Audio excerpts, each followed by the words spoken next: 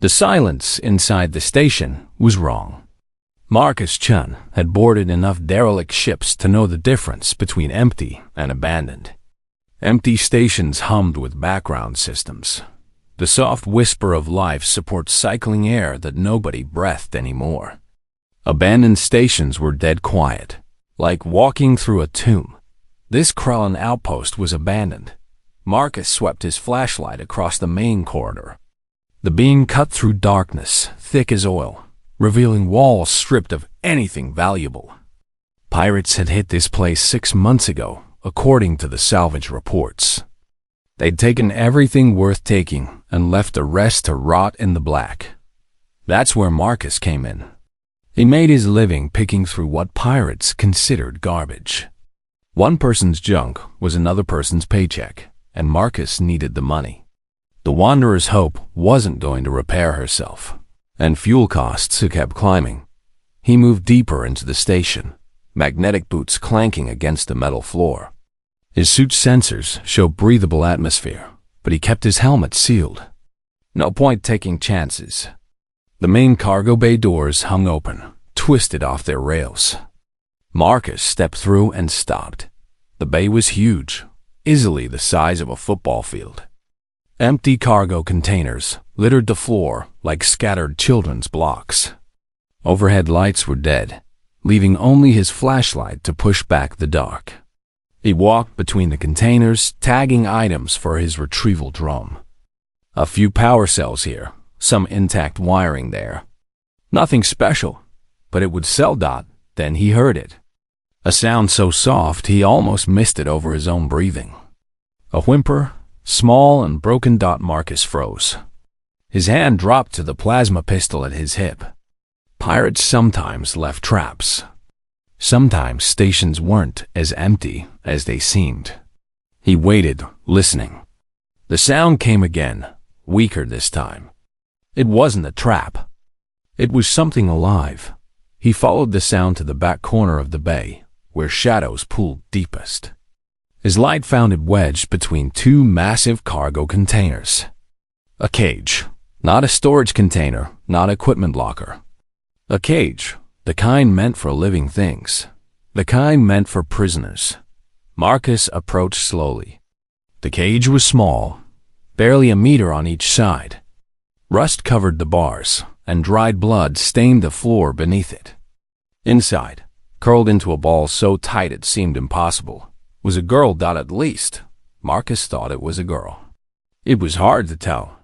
Her skin had a strange quality to it, almost translucent, with faint lines of light running beneath like tiny rivers. Crystalline structures jutted from her shoulders and spine, dull and cracked. Her hair was white, matted with filth. She wore rags that might have been clothes once. She was dying. Marcus could see that even without medical training. Her chest barely moved. The light under his skin flickered like a candle in wind. "Hey," Marcus said softly. His translator chip kicked in automatically, broadcasting in multiple languages. "Can you hear me?" The girl's eyes opened. They were huge, taking up too much of her face, and completely black like pools of ink. They fixed on Marcus with an expression he'd seen before on wounded animals. Pure terror.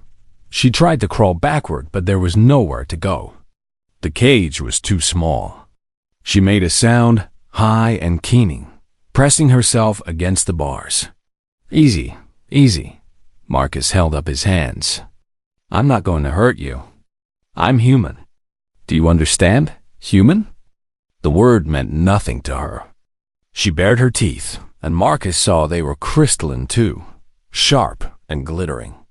Her bioluminescent markings flared brighter for just a moment, then dimmed again. She was using energy she didn't have. Marcus studied the cage lock. It was Krellin design, meant to hold cargo. He pulled out his plasma cutter. The girl flinched at the tool's ignition, curling tighter. Marcus cut carefully, working the lock free. Sparks scattered across the floor. The lock fell away with a clang. Marcus pulled the cage door open. It screeched on rusted hinges. The girl didn't move. She stared at him, trembling. "You're free," Marcus said. "You can come out now." She didn't come out. She watched him with those terrible black eyes, waiting for the trap, waiting for the pain. Marcus recognized that look too. He'd seen it on Earth and the corporate detention centers before he'd fled to the colonies. The look of someone who'd learned that hope was just another kind of weapon used against you. Marcus sat down on the floor, making himself smaller, less threatening. He pulled a water pouch from his suit and held it out. "Thirsty?" The girl's eyes locked onto the water. Her throat worked, swallowing nothing. But she didn't reach for it. She'd been trained not to take things. Trained to wait for permission. "It's yours," Marcus said. He set the pouch down and pushed it toward the cage, then scooted backward. "Take it, please." For a long moment, nothing happened. Then, moving like every muscle hurt, the girl reached out. Her hand was thin, bones visible through translucent skin. She grabbed the water and pulled it back, clutching it to her chest like treasure. She didn't drink. She just held it. "Drink," Marcus urged gently. "You need it." She understood his tone if not his words. She brought the pouch to her mouth and drank. Too fast, desperate. Water spilled down her chin. When the pouch was empty, she dropped it and curled around herself again. Marcus pulled out a ration bar. "Food. You need food too." This time, she took it faster. She tore into the wrapper with those crystal teeth and ate like she'd forgotten how to chew, just swallowing chunks whole. Marcus watched, his stomach turning. How long had she been in that cage? How long since anyone had fed her? When the ration bar was gone, the girl looked at him again. The terror hadn't left her eyes, but something else had joined it. Confusion. Nobody had given her things before. Not without wanting something back. "What's your name?" Marcus asked. She didn't answer. Maybe she didn't understand. Maybe she didn't remember having a name. Marcus made a decision that would change everything. He knew it was stupid. Knew it violated a dozen regulations. Knew he could lose his salvage license. But he'd left Earth to get away from the kind of people who could leave a child to die in a cage. "All right," he said. "We're leaving. Can you walk?" He reached toward her. She flinched hard, hitting her head against the cage bars. But Marcus moved slowly, carefully, until his hand touched her arm. Her skin was cold. The crystalline structures were rough under his glove. "I've got you," Marcus said. "Nobody's going to hurt you anymore." He lifted her out of the cage. She weighed almost nothing, light as dried leaves. She didn't fight him. She'd gone limp, resigned to whatever came next. Marcus held her carefully and started walking back through the cargo bay. His ship's pinged his come. "Captain, you're carrying an unidentified life form. This violates quarantine protocols." "I know," Marcus said. "Shall I alert colonial authorities?" "No, Captain. She was in a cage, Vera. They left her to die." The was silent for a moment. Then, "Understood, Captain." Preparing medical bay. Marcus carried the girl through the dark station, back to his ship, back to light and warmth and safety. In his arms, her bioluminescent markings began to glow a little brighter. Not much. Just enough to see by dot, just enough for hope. The girl didn't speak for 3 days. Marcus had set her up in the Wanderer's Hope's small medical bay, which was really just a converted storage room with a bed and basic medical equipment. She'd curled into the corner of the bed, knees to chest, watching everything with those huge black eyes. She didn't sleep. At least, Marcus never caught her sleeping. Every time he checked on her, she was awake, staring, waiting for something bad to happen. "You need to rest," Marcus told her on the second day. He'd brought another ration bar and water. This time, he just set them on the small table beside the bed and backed away. She took them the moment he left the room. He watched on the medical monitor as she ate quickly, efficiently, like she expected the food to be taken away. When she finished, she returned to her corner and resumed watching. Vera, the ship's AI, had run medical scans while the girl slept during the first night, when exhaustion had finally won. The results were disturbing. She's malnourished, dehydrated, and showing signs of prolonged physical trauma, Vera reported. Multiple healed fractures, scar tissue, indicating repeated injury. Her species designation is Zythian. They're rare. Very rare. Marcus had heard of Zythians, but only in passing. They were one of those species from the far edge of known space. He'd never seen one before. Are they sentient? Marcus asked. According to Hegemony Collective classification, no. They're listed as non-sentient resource species. Marcus felt something cold settle in his stomach. Resource species? Their biological materials are valuable. The crystalline bone structure is used in advanced technology. The bioluminescent compounds have medical applications. Their homeworld was annexed by the Hegemony 30 years ago. They're people, Vera. Look at her. She's a person. The Hegemony's classification disagrees. Marcus looked at the monitor showing the medical bay. The girl sat in her corner, one hand touching the faint glow beneath her skin. She looked so small. The Hegemony can go to hell, Marcus said. On the fourth day, the girl spoke. Marcus had brought food as usual. This time, when he set it down, she didn't wait for him to leave. Why? The word was rough, badly pronounced, but clear. Her translator implant was finally syncing with standard. Marcus turned. Why what? Why feed me? She struggled with the words. Why help? Because you needed help. She shook her head, frustrated. What do you want? What do you want from me?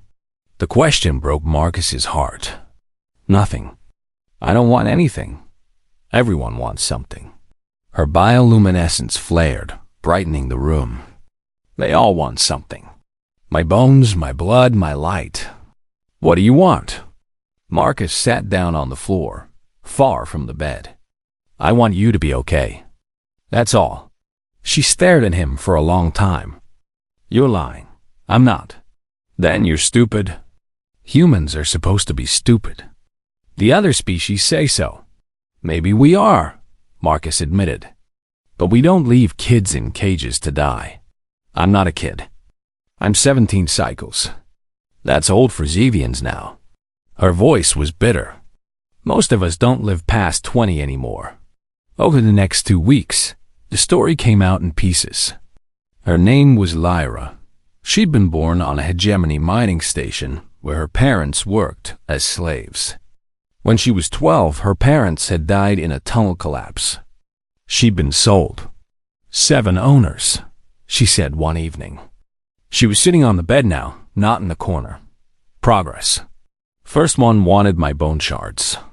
He cut them off when they grew. It hurt a lot. Marcus's hands clenched into fists. I'm sorry. Second owner was a collector.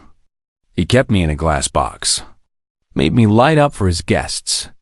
That was better. He fed me regularly. She said it like regular feeding was a luxury. Third owner was a scientist. She took my blood. Ran tests. Said Zythian blood could cure diseases. Could it? No, but she kept taking it anyway. Lyra pulled her knees up. Fourth owner was the worst. He hurt me because he liked it. I tried to escape. He broke my legs so I couldn't run. Marcus felt sick. Lyra, 5th and 6th owners. I don't remember much. I was sick. They sold me fast. 7th owner was a traitor. He was taking me to a medical facility when the pirates attacked. He ran, left me. How long were you in that cage? Don't know. Long time. The water ran out first. Then the food. She looked at her hands. I thought I would die there. I wanted to die there. I'm glad you didn't. She looked up at him. Why? What's my life worth? The hegemony says Zythians aren't sentient. We're animals, resources. Our world is gone. Our people are almost gone. What's the point? Marcus moved to sit beside the bed, still keeping distance. The point is that you're here.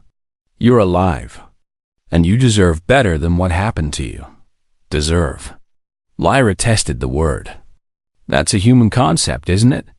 The idea that people deserve things just for being people? Yeah, I guess it is. The galaxy doesn't work that way. Maybe it should, Marcus said. Lyra laughed, a sound like breaking glass. You are stupid. You know what happens to stupid people in the galaxy? They get used. They get broken. They die. We're still here, aren't we? That made her pause. She tilted her head, studying him with new interest. Where are you taking me? New Anchorage. It's a human colony. I have a friend there, a doctor. She can help you better than I can. And then? Then you decide what you want to do. I'm property. Property doesn't get to decide. You're not property anymore, Marcus said firmly. You're a person. You're under my protection. And humans don't own people. You did once. I read about it. Earth history. Slavery. Marcus winced. Yeah, we did. It was wrong. We fought wars to end it. You fought each other over whether people should be free. Some of us thought it was wrong. Others thought it was profitable. Marcus met her eyes. The ones who thought it was wrong won, eventually. Lyra considered this. Her bioluminescence pulsed slowly, like a heartbeat. I don't believe you. About me being free. Nobody gives freedom. It's not real. It will be. I promise. Promises are lies wearing pretty clothes. Then I'll show you, Marcus said. Not tell you. Show you. She went quiet for a long time. Then, so softly he almost missed it. Okay. The rest of the journey to New Anchorage passed quietly. Lyra ate more regularly, slept in actual sleep cycles. Her bioluminescence grew brighter day by day. She started asking questions about everything. What was that button for? Why did the ship make that noise? What were humans like? Marcus answered every question. He showed her how the ship worked, taught her basic standard words, told her about Earth and the colonies and the wide, strange universe beyond her cage. She was brilliant. Marcus realized that quickly. She learned fast, remembered everything, made connections he didn't expect. When he showed her the star charts, she studied them for hours, tracing routes with one finger. We had charts like this, she said. Before, my mother showed me. Zythians were good at navigation. We had ships that could jump farther than any hegemony vessel. What happened to them? The hegemony took them. Took everything. Said we didn't need ships because we weren't sentient enough to use them properly. Her markings dimmed. They took our world, our ships, our freedom, our future. They took everything and called it legal. Marcus put a hand on her shoulder. She didn't flinch this time. They were wrong. Wrong doesn't matter. Power matters. We'll see about that, Marcus said. 3 weeks after finding her, the Wanderer's Hope approached New Anchorage. Lyra stood at the cockpit window, watching the planet grow larger. It was a small world, mostly water, with scattered landmasses. Lights dotted the surface where human settlements clung to life. It's not much, Marcus said. But it's home. I don't have a home, Lyra said. Maybe you will soon. She looked at him, those black eyes searching his face. You really believe that, don't you? You really think this will work? I have to believe it. Otherwise, what's the point? Lyra smiled. It was the first time Marcus had seen her smile. It transformed her face, made her look young instead of ancient. You're definitely stupid, she said. But maybe that's not a bad thing. The Wanderer's Hope descended through New Anchorage's atmosphere, carrying hope in the form of a girl who'd forgotten what hope felt like. In the medical bay, Lyra's light burned brighter than it had in 5 years, maybe bright enough to start a fire. 2 years after Marcus found Lyra, the Hegemony Council met in emergency session. The holographic chamber held representatives from 18 species, all arguing at once. The topic was the same as it had been for 6 months: the human problem. They've rescued over 200 non-sentient resources, a Krullan representative shouted. The economic damage is considerable. It's not the economics, a Valneri counselor said. It's the precedent. If primitives can ignore our classifications, what's next? Open rebellion? They are primitives, another voice argued. We should have wiped them out when they first achieved spaceflight. Now they're everywhere, breeding like insects. High Chancellor Vormesh raised 4 hands for silence. The Thraxian leader was old, powerful, and tired of this discussion. Enough. The humans are a nuisance, but they're scattered and weak. We assign an enforcement fleet. We make an example of 1 colony. The rest will fall in line. Which colony? Someone asked. The first. The one where this started. New Anchorage. In the command center at New Anchorage, alarms were screaming. Sarah ran in to find Marcus and Lyra staring at the screens. 50 ships had just entered the system. Hegemony warships, the real kind, not enforcement vessels. They're here to kill us, Lyra said calmly. For helping people? We can evacuate, James said, running in behind Sarah. Get everyone off-world before they get in range. Where will we go? Marcus asked. They'll follow. And if we run, they'll just pick another colony. Make another example. So what, we stay and die? Marcus looked at the fleet advancing on their small world. 50 warships against a handful of converted freighters. It wasn't a battle. It was an execution. We make them work for it. And we broadcast everything. Let the galaxy see what the hegemony does to people who help slaves. They won't care, Sarah said quietly. Nobody's cared before. Maybe. Marcus activated the colony's communication array. But we have to try. The broadcast went out across every human channel and many non-human ones too. Marcus spoke directly to the camera, Lyra beside him. This is Captain Marcus Chun of New Anchorage. A hegemony fleet is currently approaching our colony. They're here to punish us for freeing slaves, for recognizing people as people, for refusing to accept that might makes right. He paused. We're not soldiers. We're farmers, teachers, mechanics. We just wanted to live in peace. But we couldn't ignore suffering when we saw it. We couldn't leave people in cages to die. Lyra spoke next, her bioluminescence bright enough to glow on camera. I was one of those people. Left to die because the hegemony declared my species wasn't sentient. These humans saved me. They saved 200 others. They asked for nothing in return. And now the hegemony will kill them for it. We're not asking for rescue, Marcus continued. We made our choice. We knew the risks. But we're asking you to witness. Watch what happens. Remember. And decide what kind of galaxy you want to live in. The fleet was in weapons range now. 50 warships, guns charged and ready. New Anchorage had 6 modified freighters with outdated weapons. The militia stood at the spaceport with rifles that couldn't even scratch a warship's hull. On the lead hegemony vessel, Commander Velinara stood on the bridge. She'd been given command of the fleet personally by the Council. An honor, they called it. A chance to redeem herself after her failure at New Anchorage 2 years ago. Commander, her weapons officer said, we're in range, awaiting your order.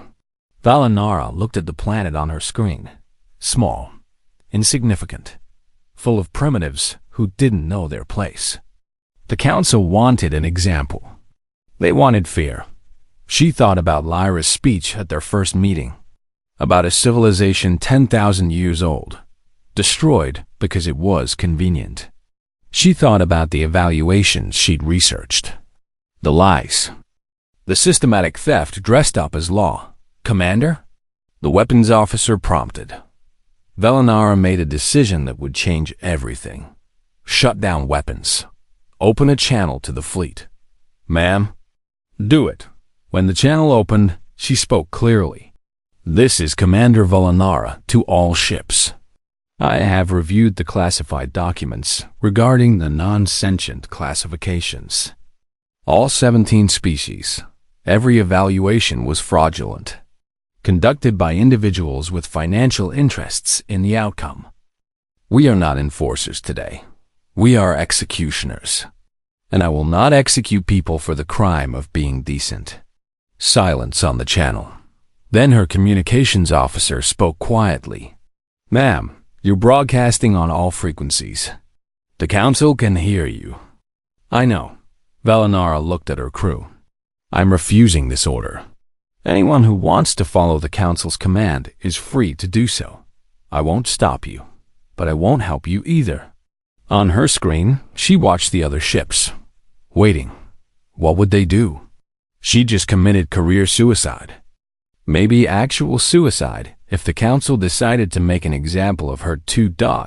Then one ship's weapons powered down. Then another. Then 10 more. The fleet was fracturing. On new anchorage. Marcus watched in disbelief as hegemony ships began moving away from attack formation. Some were leaving the system entirely. Others were holding position, clearly arguing among themselves. What's happening? Sarah breathed. They're refusing orders, Lyra said, her voice full of wonder. Some of them are refusing. 20 ships left the system. Another 15 held position but didn't advance. That left 15 ships still in attack formation, but they were hesitating now, confused. This wasn't how it was supposed to go. Commander Velinara's voice came over the open channel. New anchorage. This is Commander Velinara. I cannot guarantee your safety. Some ships may still attack. But you should know that what you've been doing matters. It matters enough that hegemony crews are willing to face courts-martial to protect you. Thank you, Marcus said simply. The remaining 15 ships held position for another hour. Then, one by one, they withdrew. The council would be furious, but nobody wanted to be the one who started firing after half the fleet had mutinied. The galaxy watched. The broadcast had reached everywhere. Billions of beings saw a hegemony fleet fracture rather than kill people who'd freed slaves. They saw the council's dirty secret exposed. They saw proof that the classifications were lies. The aftermath was chaos. The Hegemony Council tried to contain the damage, but it was too late. Young people across hegemony space, who'd grown up believing their civilization was just and fair, learned it was built on systematic theft and slavery. They were angry. Protests erupted on a dozen worlds. Not just humans, but Volnari, Krullen, even some Thraxians. They demanded the 17 species be granted full sentient status. They demanded reparations. They demanded truth. The council resisted, but their power was cracking. When you built an empire on lies, one truth could bring it all down. 6 months. After the fleet's mutiny, the hegemony officially recognized all 17 species as sentient. It wasn't kindness. It was survival. The alternative was civil war. Marcus stood on New Anchorage's spaceport, watching ships come and go. The colony had grown. Refugees from all 17 species had come here, seeking the safety humans offered. The town was crowded now, loud, chaotic, full of life. Lyra stood beside him, working on a datapad. She was his first officer, now official on everything. She coordinated the rescue network, which had grown to include hundreds of ships and thousands of volunteers. Most were human, but not all. Some were hegemony species who'd learned to care. Another signal, Lyra said. Abandoned mining station, Sector 47. Possible captives. We should check it out. We should. Lyra smiled at him. You know, I still don't understand you. Any of you. You had nothing to gain from helping me. You risked everything, and we gained everything, Marcus said. Look around. Look at what we built. The spaceport was full of species the hegemony had declared non-sentient. They were working, laughing, living. A Devasi engineer was teaching human children about biology. A Thran metallurgist was designing new ship hulls. A Kovali artist was painting a mural on the colony hall. We gained friends, Marcus continued. We gained knowledge. We gained proof that we're not alone in thinking decency matters. That's worth more than safety. Humans are strange, Lyra said. When she said it with affection. They took the Wanderer's Hope to Sector 47. The mining station was dead, just like the one where Marcus had found Lyra. But this time, he knew what to look for. This time, he had help. They found the cage in the maintenance bay, smaller than Lyra's had been. Inside was a Thran child, maybe 8 years old, curled up and barely breathing. Their scaled skin was dull, their eyes closed. Lyra knelt beside the cage. She pulled out bolt cutters, the same kind Marcus had used to free her. Hey, she said softly in Thran. Can you hear me? The child's eyes opened. Yellow eyes, full of fear. My name is Lyra. This is Marcus. We're here to help. She started cutting the lock. I know you're scared. I know you don't believe me.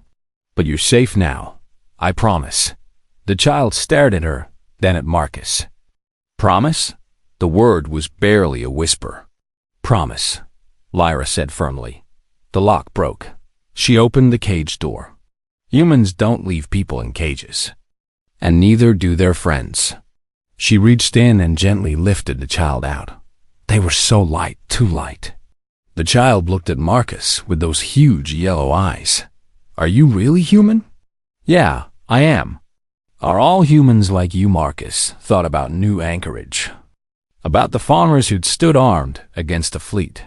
About the teachers who'd welcomed alien children into their schools. Dr. Sarah Okonkwo's clinic was small, crowded, and smelled like antiseptic and coffee. She looked up from her desk when Marcus walked in. Then her eyes went wide when she saw what he was carrying. Marcus, what the hell?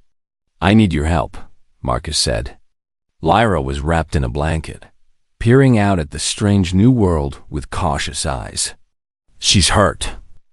She's been hurt for a long time. Sarah was already moving, clearing her examination table. Put her down, gently. Her professional mask had slipped into place. All business now. What's her species? Zythian. Sarah's hands froze for just a moment. Marcus, do you know what you've brought here? A person who needs help. The hegemony classifies Zythians as non-sentient. She's technically illegal salvage. She's a kid, Sarah. They left her in a cage to die. Sarah looked at Lyra, really looked at her. At the scars visible beneath her translucent skin, the dull crystalline structures, the too thin frame. Her expression hardened. Bastards. All right, let me see her. Lyra didn't want to be examined. She'd had enough of being poked and studied. But Sarah spoke softly, explained everything before she did it, and most importantly, stopped when Lyra pulled away. After an hour, Sarah had a full picture. Malnutrition, severe and chronic. Multiple healed fractures, improperly set. Scar tissue throughout her crystalline structure where bone shards were harvested. Signs of systematic abuse. Sarah's voice was tight with anger. She needs months of treatment. Maybe years. Should get it, Marcus said.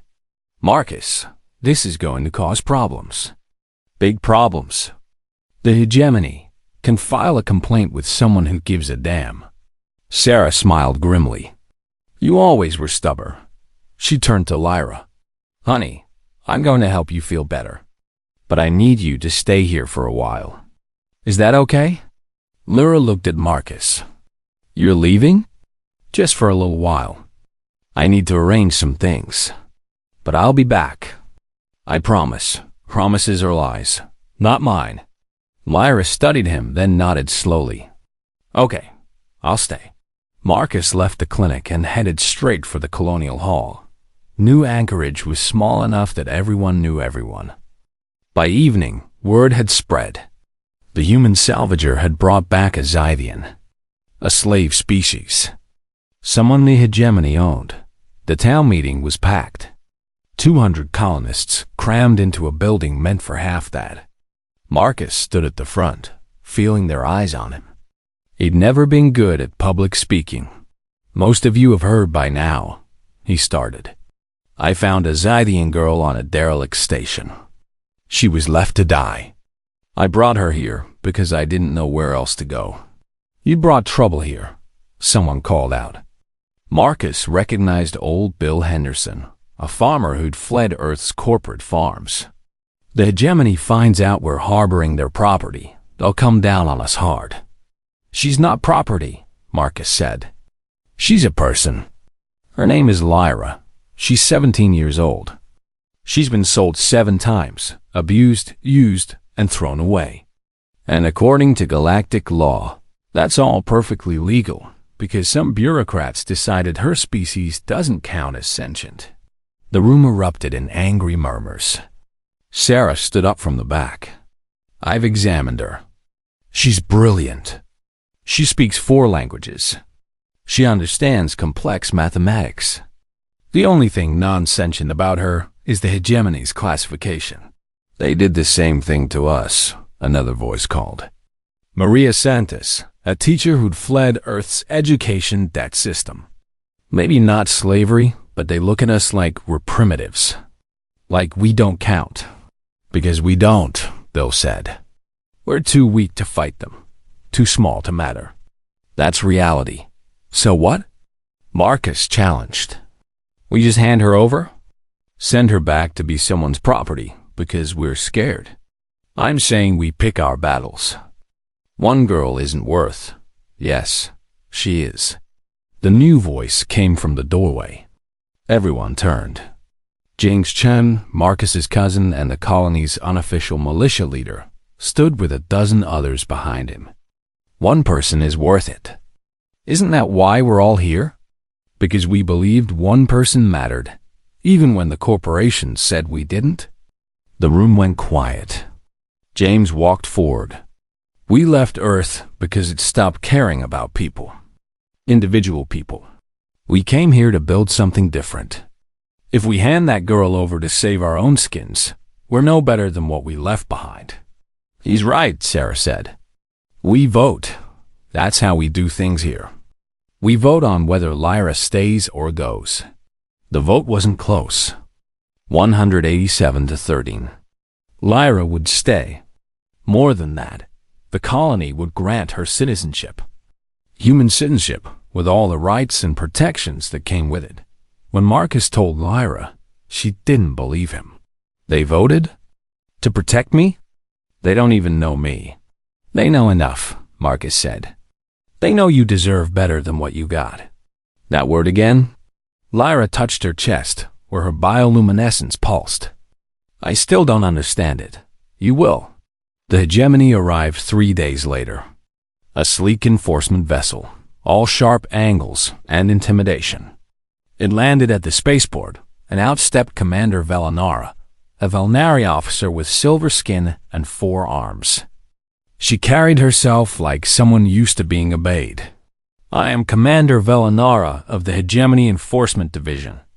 We have detected illegal salvage on this colony. Specifically, 1 Zythian female. I am here to retrieve hegemony property and levy appropriate fines. Marcus stood at the spaceport entrance with half the colony behind him. James and the militia were armed, which was technically illegal, but nobody seemed to care right now. There's no property here, Marcus said. Just citizens. Velanara's expression didn't change. The Zythian is classified as non-sentient under hegemony law. Your salvage license requires you to return all hegemony property intact. She's not property anymore. We granted her citizenship. You cannot grant citizenship to non-sentient species. The concept is absurd. Absurd is enslaving an entire species because you wanted their planet. Sarah called out from the crowd. Valinara finally showed emotion, contempt. You primitives understand nothing of galactic law. The Zythian species was properly evaluated by hegemony scientists and determined to lack the cognitive complexity for sentience. This is settled law. Settled by who? Marcus demanded. The same people who wanted their world. Convenient evaluation. This discussion is pointless. Surrender the Zythian or face legal consequences. No, the word hung in the air. Valinara's 4 hands moved to her weapons. The militia raised their guns. For a long moment, nobody breathed. Then Lyra stepped forward from the crowd. Her bioluminescence blazed bright enough to make everyone squint. She walked straight up to Valinara and spoke in perfect Valnari. I am Lyra of the Zythian people. My grandmother was a star chart maker. My grandfather was a poet.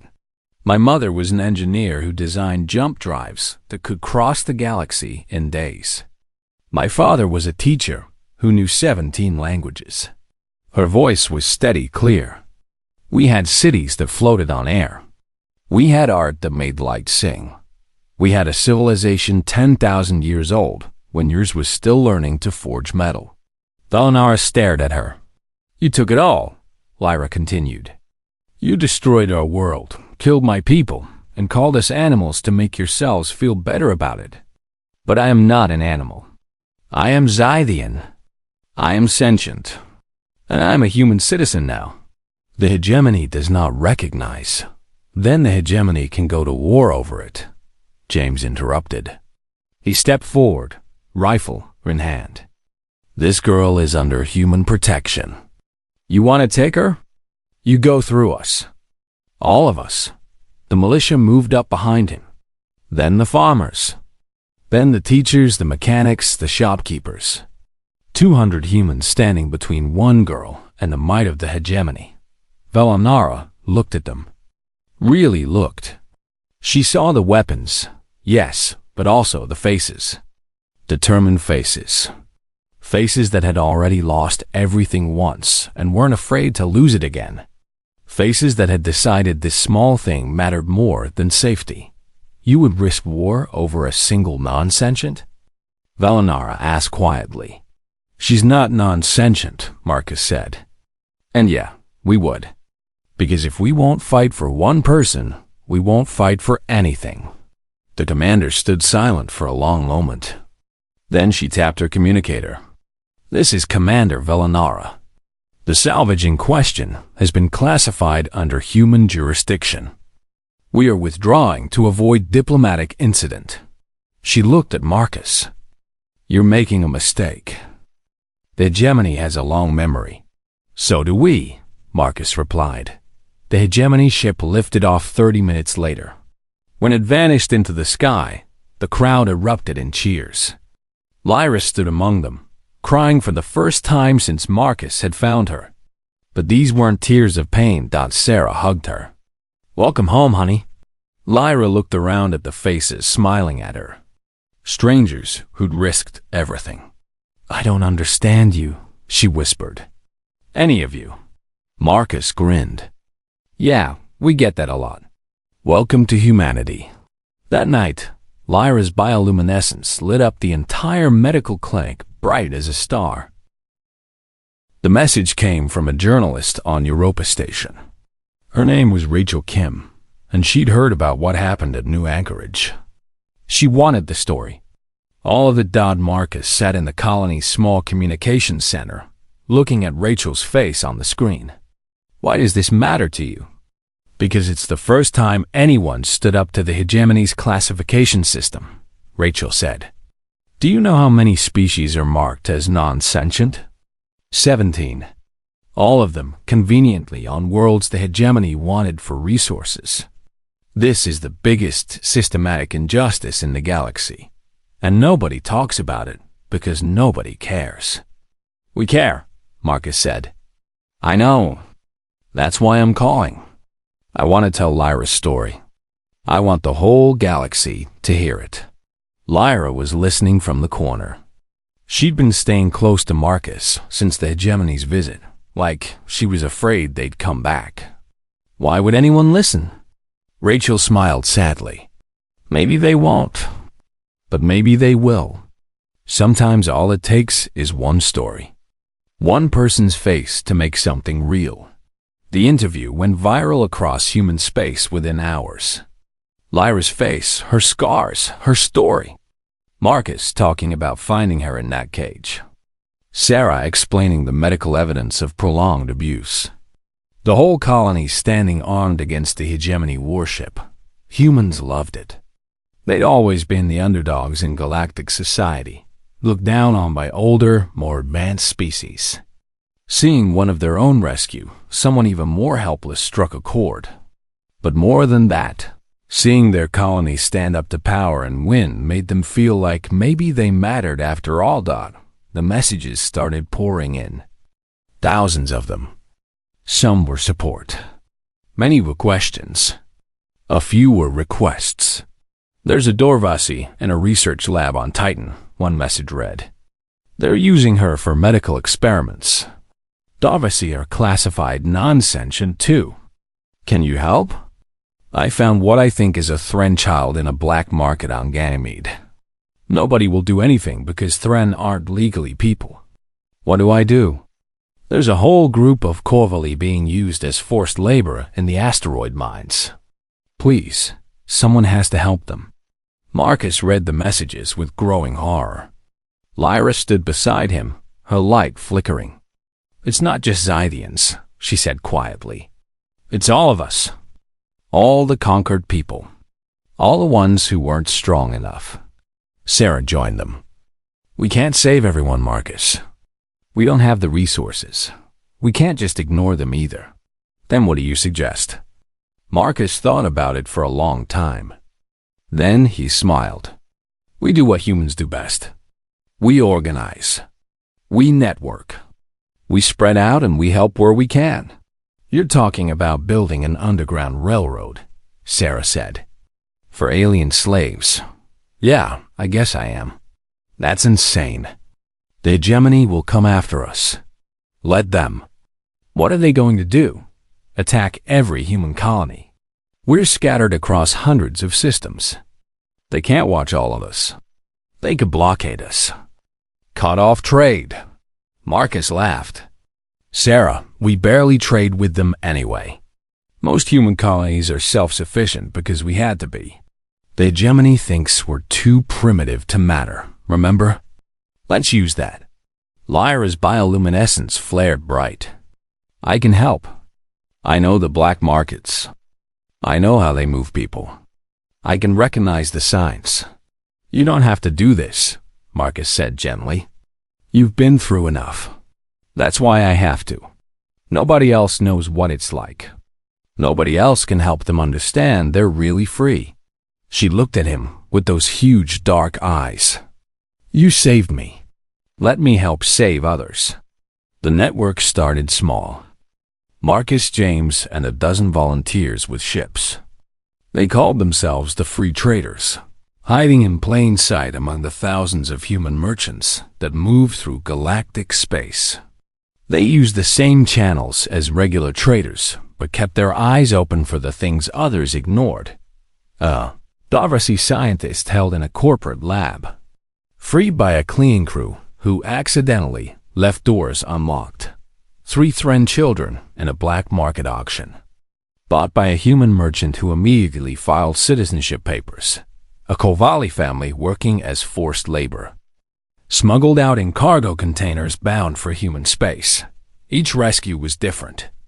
Each one was dangerous. But they worked because nobody expected it. The hegemony had spent so long dismissing humans as irrelevant that they didn't notice when human ships started showing up in unusual places. Didn't see when human traders asked unusual questions. Didn't care when humans bought resources that weren't typically valuable. By the time they noticed, 43 individuals from 12 different species had vanished into human space. Lyra coordinated everything from New Anchorage. She had a gift for it, Marcus realized. She understood how desperate people thought, what they feared, what they needed to hear to trust. When the rescued people arrived, traumatized and terrified, she was there. Speaking their languages, sharing her scars, showing them what freedom looked like. "You're safe now," she told a threatened child who'd been found in a medical testing facility. The child was shaking, afraid to leave the ship. "I know you don't believe me. I didn't believe it either. But look." She held up her arm, showing where crystalline structures had been harvested and were now regrowing, healthy and whole. "They fixed me. They gave me medicine and food and time. They asked for nothing. This is what humans do." The child stared at her. "Why?" "Because they think everyone deserves to be free. Even us. Especially us." The rescued people shared something in return. Knowledge. Scythian mathematics that made jump calculations faster. Dorvasi biological engineering that improved crop yields. Thren metallurgy that created stronger ship hulls. Corvalli energy systems that cut power costs in half. Human technology began advancing fast. Not because they stole it, but because grateful people freely shared what they knew. The hegemony noticed that too, and they didn't like it. Commander Velanara appeared on Marcus's communication screen 6 months after the standoff. She looked tired. "You're making this very difficult, Captain Chun." "Making what difficult?" "My job. The Council wants me to stop your little rescue operation. They're furious. You've stolen valuable resources." "People," Marcus interrupted. "We've rescued people. The hegemony classifies them as non-sentient. The hegemony is wrong." Valinara sighed. "It was a very human gesture. I've been researching. Since that day at New Anchorage, I looked into the Zythian evaluation, the one that classified them as non-sentient. And the lead scientist was a Volnari named Korvash. He was also the CEO of the mining corporation that wanted the Zythian homeworld. The evaluation took 3 days. 3 days to determine an entire species wasn't sentient." She paused. "The Zythians had libraries older than our civilization. Universities, art, poetry. 3 days." Marcus stayed silent. "I looked into the other classifications too," Valinara continued. "All 17 species. Every single evaluation was done by people who had financial interests in the outcome. Every single one." She looked directly at him. "You were right. It's not law. It's theft wearing a legal costume. So, what are you going to do about it?" "Nothing. I'm an enforcer, not a revolutionary. But I'm also not going to try very hard to stop you. The hegemony has assigned 3 ships to patrol human space for your operation. 3 ships for hundreds of star systems. We'll stop what we can find, but we probably won't find much." Marcus smiled. "Thank you, Commander." "Don't thank me. I'm still not convinced you primitives understand what you're doing. You're making enemies of the most powerful alliance in the galaxy. We're making friends of the people they hurt. That seems more important." After Velinar signed off, Lyra came to sit beside Marcus. "Do you think it's working? Really working? 43 people are free who weren't before. That's working. But there are thousands more. Maybe millions. We can't save them all." "No," Marcus agreed. "But we can save some. And maybe, if we make enough noise, other people will start to care too. The hegemony will try to stop us eventually.